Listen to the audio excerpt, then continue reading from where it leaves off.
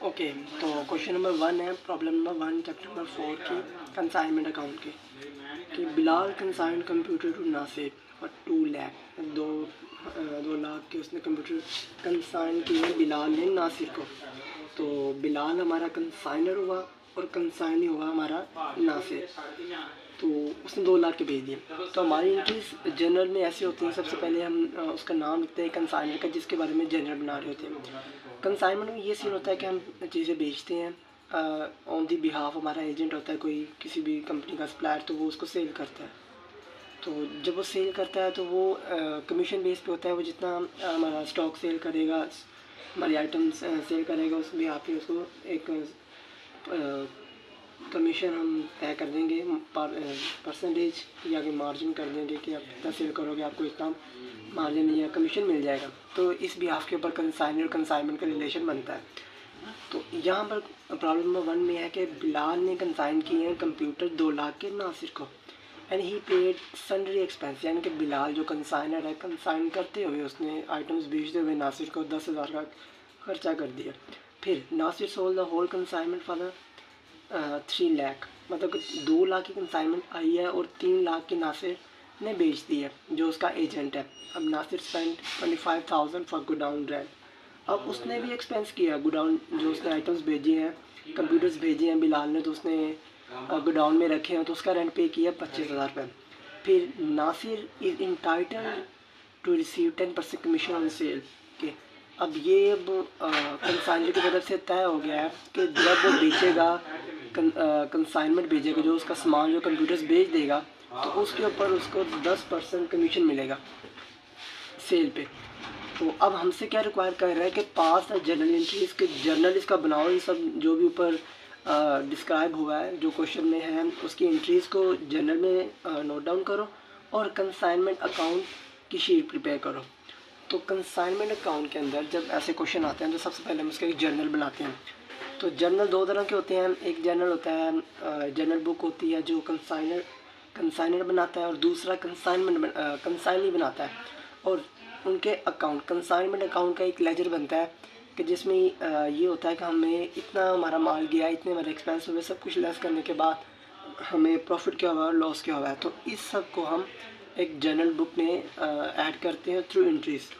तो question number 1 है, सबसे पहले आ जाएगा बिलाल के बिलाल जर्नल्स के किस कंसाइनी का ये जर्नल हम क्रिएट कर रहे हैं, उसका नाम आ जाएगा। फिर नीचे 4 कॉलम के अंदर पहले कॉलम में डेट, फिर डिटेल या पार्टिकुलर, फिर LNF होता है, और डेबिट और क्रेडिट।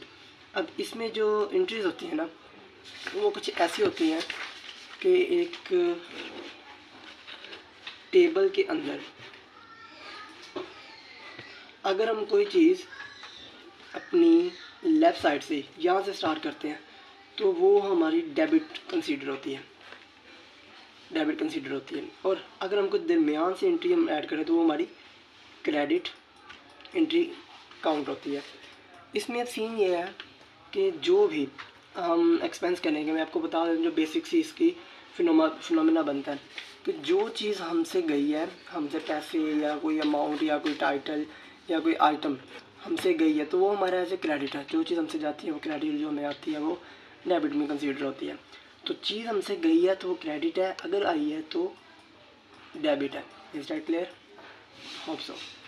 तो सबसे पहले जो इसकी एंट्री होती है ना, ये बहुत बेसिक एंट्री होती है। बेसिक एंट्रीज हमने 7-8 की थी, जिसके अंदर पहले एक एंट्री होती है कि जब कंसाइनमेंट भेजी जाती है। जब कंसाइनमेंट भेजी जाती है तो उसकी फर्स्ट एंट्री होती है कंसाइनमेंट अकाउंट डेबिट हो जाता है, क्योंकि वो गया हुआ है, अभी उसके पास ही है।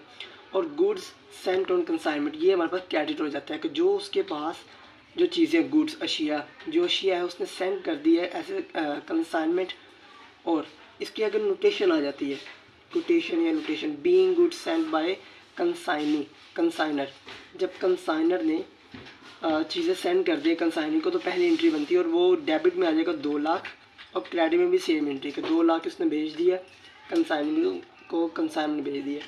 दूसरी एंट्री कि अब उसने सवाल के अंदर बताया था कि ही पेड सन्ड्री एक्सपेंस, कि उसने एक्सपेंस पे कर दिया 10,000 के। किसने? कंसाइनी ने, कंसाइनर ने, कि जब उसने भेजे हैं, माल ओवरलोड किया है या माल भेजा है तो उसने पहले खर्चा पे कर दिया 10,000 का। तो उसकी भी एंट्री ये होगी कंसाइनमेंट अकाउंट जो वो डेबिट होगा और कैश अकाउंट जो उसने पे किए हैं अपना एक्सपेंस वो अकाउंट हमारा क्रेडिट हो जाएगा क्योंकि उस अकाउंट से पैसे गए हैं और वो 10,000 है तो 10,000 क्रेडिट में भी आ जाएगा और डेबिट में भी आ जाएगा, क्रेडिट में आ जाएगा। और नीचे कोटेशन आ जाएगी being expense paid by consigner कि जो कंसाइनर ने पैसे पे किए। थर्ड एंट्री है इसकी, अब नासिर को ये मिली है चीज़ें और उसने सेल कर दिया। तीसरी एंट्री होती है सोल्ड की, जब उसने चीज़ें सेल की है तो नासिर अकाउंट जो है वो आ जाएगा हमारे पास डेबिट, क्योंकि नासिर के अकाउंट में पैसे आए हैं, पैसे समझ लें या कंप्यूटर समझ लें, आइटम समझ लें, तो वो मेरा डेबिट है। वो 3 लाख की उसने बेच दी और 3 लाख उसके अकाउंट में आ गया, नासिर के अकाउंट में। और जो कंसाइनमेंट है, कंसाइनमेंट जैसे सर सेल हो गई, हमसे चली गई तो वो क्रेडिट में आ गया, तो 3 लाख डेबिट में भी और 3 लाख क्रेडिट में भी। और कोटेशन इसकी बन जाएगी B goods sold by consignee या नासिर, उसका नाम भी लिख सकते हैं या कंसाइनी भी लिख सकते हैं। अब चौथी एंट्री जो है वो है कि जब कंसाइनी ने, अभी जो फिल वक्त नासिर है, उसने कोई एक्सपेंस पे किया, एक्सपेंस है उसका कि उसकी एंट्री है कंसाइनमेंट अकाउंट जो है वो हो जाएगा हमारे पास डेबिट और नासिर अकाउंट हो जाएगा क्रेडिट, क्योंकि नासिर के अकाउंट से पैसे गए हैं और कंसाइनमेंट अकाउंट में लगे हैं, तो नासिर अकाउंट हो जाएगा क्रेडिट। और इसकी कोटेशन बन जाएगी being expense paid bye consignee, paid भी आ सकता है यहाँ पर या इंकर्ड भी आ सकता है, इंकर्ड भी आ सकता है। Being expense paid bye consignee या कंसाइनी या उसका नाम आ जाता है पेड या इंकर्ड, तो डेबिट में भी सेम अमाउंट और क्रेडिट में भी सेम अमाउंट। अब चौथी उसमें चीज़ है कि जब उसने चीज़ें सेल कर दी है फिर उसका एक कमीशन इंटाइल हुआ था, कमीशन एक डिफाइन हुआ था जो 10% है उसकी सेल के ऊपर, तो सेल उसकी हुई है 3 लाख की, 3 लाख की उसकी सेल हुई है और उसका 10% हम लेंगे तो वो 30,000 आ जाएगा, तो 30,000 उसका कमीशन बनता है सोल के ऊपर। तो उसकी एंट्री कैसे होगी, सेम जैसे भी एक्सपेंस की है कंसाइनी की वही सेम है। कंसाइनमेंट अकाउंट हमारा हो जाएगा क्रेडिट और नासिर अकाउंट हो जाएगा क्रेडिट, क्योंकि अब ये निकल गई। ये कैसे निकली है, बिलाल जर्नल क्रिएट कर रहा है और बिलाल हमारा कंसाइनर है, कंसाइनर अपनी एंट्रीज कर रहा है, तो कंसाइनी के अकाउंट से, कंसाइनर के अकाउंट से तो जाएंगी अमाउंट, तो कंसाइनमेंट अकाउंट डेबिट आ जाएगा और नासिर का अकाउंट क्रेडिट आ जाएगा, जो 3 लाख का 10% लेने के बाद जो उसका कमीशन है 30,000 वो आएगा। और कोटेशन क्या होगी, being commission charge by consignee, जो कि कंसाइनी ने कमीशन चार्ज किया। ओके, अब यहाँ पर ये एंट्रीज ख़त्म हो जाती है। उसके बाद एक और एंट्री आती है प्रॉफिट एंड लॉस की। प्रॉफिट एंड लॉस की एंट्री तब हम डालते हैं जब हम इसका कंसाइनमेंट अकाउंट क्रिएट करते हैं, और कंसाइनमेंट अकाउंट क्रिएट करने के लिए सबसे पहले उसकी टाइटल आ जाता है कंसाइनमेंट अकाउंट, और इसके अंदर 4 कॉलम होते हैं, रेफरेंस, प्राइस, रेफरेंस और प्राइस। एक साइड डेबिट की हो जाती है, डेबिट की, और एक साइड हो जाती है क्रेडिट की। डेबिट साइड में हम वो लिखते हैं जहाँ जहाँ पर हमारा जो कंसाइनमेंट अकाउंट डेबिट है हम उसका रेफरेंस देकर हम वो अमाउंट लिख लेते हैं, और जहाँ जहाँ क्रेडिट है और किस वजह से है तो वो हम क्रेडिट साइड पर लिख देते हैं सिर्फ कंसाइनमेंट अकाउंट। अब यहाँ पर पहली एंट्री है जी गुड्स एंड ऑन कंसाइनमेंट। अब इस हमारी एंट्री में जो मोस्ट राइट लेफ्ट साइड पे होती है वो हमारे डेबिट्स होते हैं, एंट्रीज के अंदर जो मिड से स्टार्ट हो वो हमारे क्रेडिट होते हैं। अभी कंसाइनमेंट कहाँ कहाँ डेबिट हमने वो देखना है, और वो हमने जाकर अपने अकाउंट के अंदर में लिख देना है, अकाउंट के टेबल में, कंसाइनमेंट अकाउंट में। अब फर्स्ट एंट्री में कंसाइनमेंट अकाउंट डेबिट था 2 लाख का, तो वो हमने यहाँ पर लिख के गुड्स सेंट ऑन कंसाइनमेंट, किस वजह से है यहाँ पर लिखा गुड्स सेंट ऑन कंसाइनमेंट की वजह से हमारा जो कंसाइनमेंट अकाउंट है डेबिट है, तो वो हमने यहाँ पर 2 लाख लिख लिया। अब नीचे दूसरी एंट्री में भी कैश अकाउंट की वजह से हमारा कंसाइनमेंट अकाउंट जो है वो डेबिट था, इसीलिए हमने वो भी लिख दिया 10 लाख। फिर उसके बाद नासिर के अकाउंट से जब एक्सपेंस हुआ नासिर के अकाउंट से, तब भी कंसाइनमेंट अकाउंट क्या था डेबिट, तो वो भी हमने 25,000 रुपये लेके दिया। ऐसे नासिर अकाउंट से जब कमीशन गया तब भी 3 लाख रुपये, 3 लाख की अमाउंट थी, सॉरी ये 3 लाख नहीं है 30,000 है, 30,000। जब 30,000 गया तो ये भी हमारा डेबिट था, तो हमने लिख दिया। अब जितने डेबिट थे हमने सारे यहाँ पर लिख दिए। अब उसके बाद नासिर के अकाउंट से जब सेल हुआ तो तब क्रेडिट हो गया हमारा कंसाइनमेंट अकाउंट यहाँ पर, क्योंकि ये मेरे से स्टार्ट हो रहा है इसीलिए ये क्रेडिट है, तो क्रेडिट साइड पर हमने क्रेडिट लिख दिया। अब इन दोनों में सबसे बड़ी अमाउंट 3 लाख है तो हमने 3 लाख लिख दी। अब जब प्रॉफिट एंड लॉस फाइंड करेंगे उसका सिनेरियो ये है कि ऊपर जितने भी एंट्रीज है डेबिट्स के अंदर सबको प्लस करके 3 लाख से माइनस कर दें, जो क्रेडिट है उसमें से माइनस कर दें, और जो हमारे पास रिमेनिंग अमाउंट आएगी कैलकुलेटेड अमाउंट या बैलेंसिंग फिगर वो हमारा प्रॉफिट एंड लॉस होगा। और इसकी एंट्री अब कैसी होती है, ओके तो अब कंसाइनमेंट अकाउंट से हमारा प्रॉफिट या लॉस लिख लिया। अगर तो प्रॉफिट अगर अमाउंट हमारी ज़्यादा होगी क्रेडिट से तो वो हमारा प्रॉफिट हो जाएगा, वो इस साइड पे आएगा डेबिट वाली साइड पे। अगर तो कम होगा तो वो लॉस हो जाएगा हमारा, और हमारा इस साइड पे क्रेडिट साइड पे आ जाएगा लॉस का। अब इसकी एंट्री भी हमने जनरल में करनी है, और वो कैसे होगी, यहाँ पे मैंने एम्प्टी स्पेस छोड़ी है। इसके अंदर कंसाइनमेंट अकाउंट जो है वो हमारा डेबिट हो जाएगा, और प्रॉफिट एंड लॉस अकाउंट जो है वो हमारा हो जाएगा क्रेडिट। और वो कितना है हमारे पास यहाँ पर 35,000। तो डेबिट में भी वही अमाउंट और क्रेडिट में भी वही अमाउंट।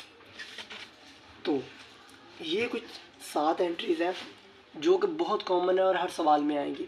हर सवाल में कैसे आ सकती है, जाहिर सी बात है कंसाइनर ने कंसाइनमेंट को तो माल भेजना, माल भेजने के लिए कोई ना कोई पैसे लगने हैं तो उसका खर्चा तो होने होना है। अब जो कंसाइनी होता है, कंसाइनी को भी उसको स्टोर करने के लिए कोई ना कोई खर्चा करना पड़ता है, एक्सपेंस करना पड़ता है, उसको सेल करना पड़ता है, और उसका कमीशन होता है, और प्रॉफिट एंड लॉस। ये वो एंट्रीज़ है जो बहुत कॉमन है और ये हर सवाल में ही आनी है। कुछ एंट्रीज़ है जो बाद में चेंज हो जाए, यानी अनसोल्ड, कोई उसने 100 जैसे कंप्यूटर बेचे हैं और उसकी लिमिट थी कि 1 साल के अंदर बेचते हैं, तो 100 नहीं बिके, अब थोड़ा माल बच गया तो वो वापस अनसोल्ड और वो रिटर्न हो जाए, कुछ ऐसी एंट्री आ जाती है। या कुछ उसने कंसाइनी ने कहा हो मुझे कुछ एडवांस पेमेंट करो तब मैं इसको सेल करूँगा, कुछ एडवांस की आ जाएगी, या कुछ ऐसे। ये कुछ 3-4 है जो नहीं आएगी, बाकी सब कुछ चेंज है, सेम ही होगा। और एक और एंट्री होती है कि हम कंसाइनमेंट अकाउंट को ट्रेडिंग अकाउंट में कन्वर्ट करते हैं लास्ट में प्रॉफिट एंड लॉस फाइंड करने के बाद। तो उसकी एंट्री कुछ ऐसी होती है, मैं यहाँ कर देता हूँ ऐसे ही। ये डेट का कॉलम आ गया, ये हमारे पास वो पार्टिकुलर डिटेल का आ गया, LF आ गया, क्रेडिट और डेबिट हो गया। तो वो एंट्री कैसी होती है, सेम होता है, बस हमने जो फर्स्ट एंट्री होती है हमारी ये वाली, इसको हमने उलट कर देना है। अभी कंसाइनमेंट अकाउंट जो है वो डेबिट है तो वहाँ जाके क्रेडिट हो जाएगा, और गुड्स सेंट ऑन कंसाइनमेंट ये क्रेडिट है और वहाँ जाके डेबिट हो जाएगा जब हम इसको ट्रेडिंग अकाउंट में कन्वर्ट करेंगे। तो गुड्स सेंट ऑन कंसाइनमेंट ये हमारे पास डेबिट हो जाएगा, और क्रेडिट हो जाएगा हमारे पास कंसाइनमेंट अकाउंट। और जब इसको हमने ट्रेडिंग अकाउंट में कन्वर्ट कर देना तो फिर इस एंट्री में कंसाइनमेंट अकाउंट की जगह ट्रेडिंग अकाउंट आ जाएगा, बस ये। और इसकी नरेशन क्या हो जाएगी कि गुड्स सेंट ऑन कंसाइनमेंट